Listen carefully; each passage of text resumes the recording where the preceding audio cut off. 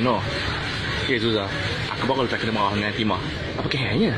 Dia marah aku kawan dengan anak lelaki dia. Anak lelaki dia mana? Anak lelaki dia yang Kikoman tu lah. Mana lagi? Kau kat dia anak lelaki dia tu dah letak kena ABC. Otak udang pula tu. Baiklah kau ikut aku. Pergi mana?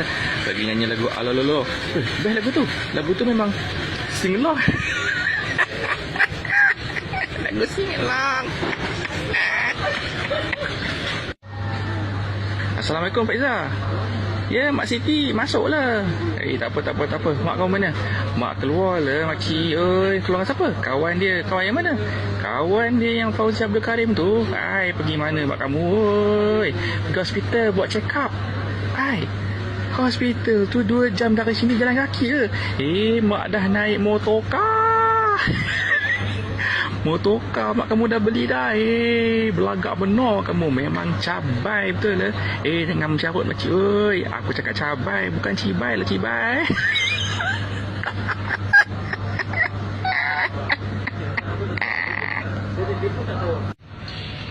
Marina. Ali Chan. Ada soalan teka-teki pada you, Marina. Apa dia? Soalan dia, apa benda dalam ikan luar dia ayam? Susah lah Alishan soalan ni. You cuba tanya TC Boy. TC Boy, apa benda dalam dia ikan luar dia ayam? Ini soalan sangat sapsoi mah. Soalan kacang panggang mah. So apa jawapan dia? Jawapan dia sardin ayam brand mah.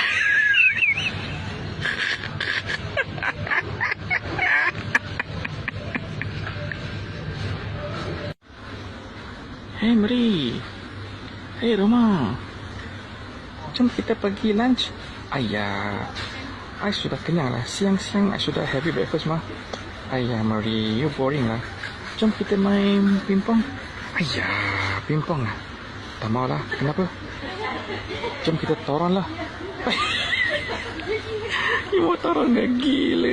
You suka buat I tak tawa lah.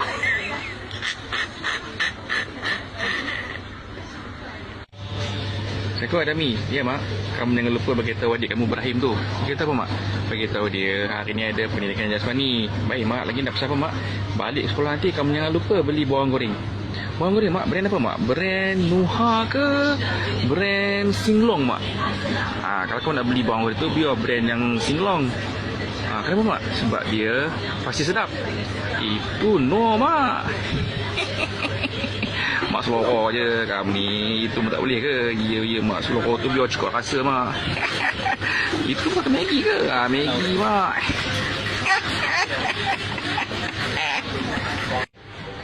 Daya. Ya mak. Kamu kenal tak Win? Win mana mak?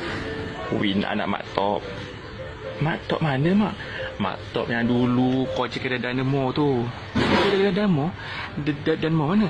Kau je kedai Dynamo Jalan Dobi tu. Kenal mak. Kenapa mak? Dia udah kahwin. Anak Mak Top dah kahwin. Kahwin siapa mak? Kahwin dengan si Ajak tu. Ajak tu kenal mak. Anak Makcik Ava kan? Iyalah. Apa ke namanya? Ajak. Bukan mak. Semenjak duduk KL ni dah tukar nama mak. Apa namanya? Namanya Ajax. Apa kehanya namanya? Macam pecuncil lantai.